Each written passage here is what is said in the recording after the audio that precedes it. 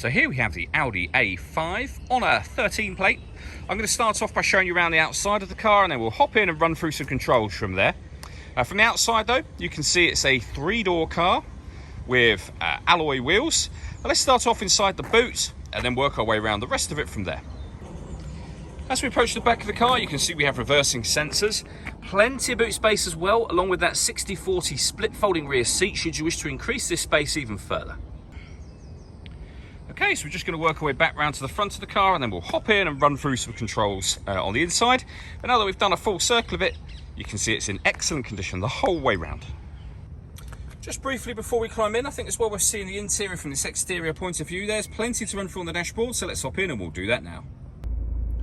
Okay, now that we're inside the car, we're going to start with the dials. We have the Rev Counter on the left and the speedometer on the right-hand side.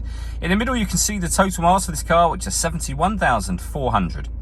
Above that, we have a digital readout for the speedometer available to us. You can change the information that's displayed in that section by using a button on the right-hand stalk, should you wish to. If we back out to the steering wheel, we have stereo controls and also cruise control underneath here as well.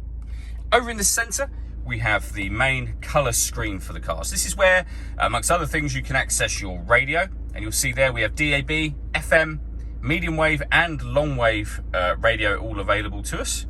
If you want to listen to your own music, you can do, and you can see the different ways in which you can listen to that there. All of these selections that I'm making on the screen are being done using these buttons here. You can also use these 4 buttons and this dial to go through various options on screen as well. So for example, if I press nav and then we look back up at the screen, we're now on the satellite navigation menu. And you can see in each corner, there's an option. That's where those 4 buttons that surround that dial come into play. So if I press map, for example, you can see the map just there. We can then use the dial itself to zoom in and out of the map. It's a very intuitive system, very, very easy to use. Working our way down from that, we have the CD player, a couple of SD memory card slots as well. We then have dual zone climate control, so you can adjust the passenger and driver temperature. You can increase and decrease the fan speed by pressing that and then using the appropriate dial. You can determine where you like the air to be sent within the car. Again, in the same way, press the button and use the dial.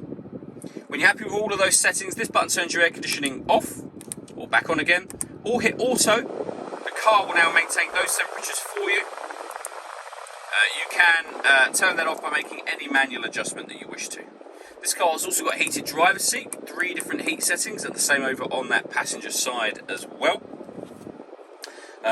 Working our way down from that, we have a 12-volt charging socket just there, so you can charge a phone, for example. 6-speed manual gearbox, electronic handbrake with auto hold function, the volume for the stereo, and then the buttons that I went through just a moment ago. All that leaves me to say is thank you for taking the time to watch this video. If you'd like to come and see the car in person and have a test drive, please feel free to give us a call here at Mach 1 Cars. We'd love to hear from you soon.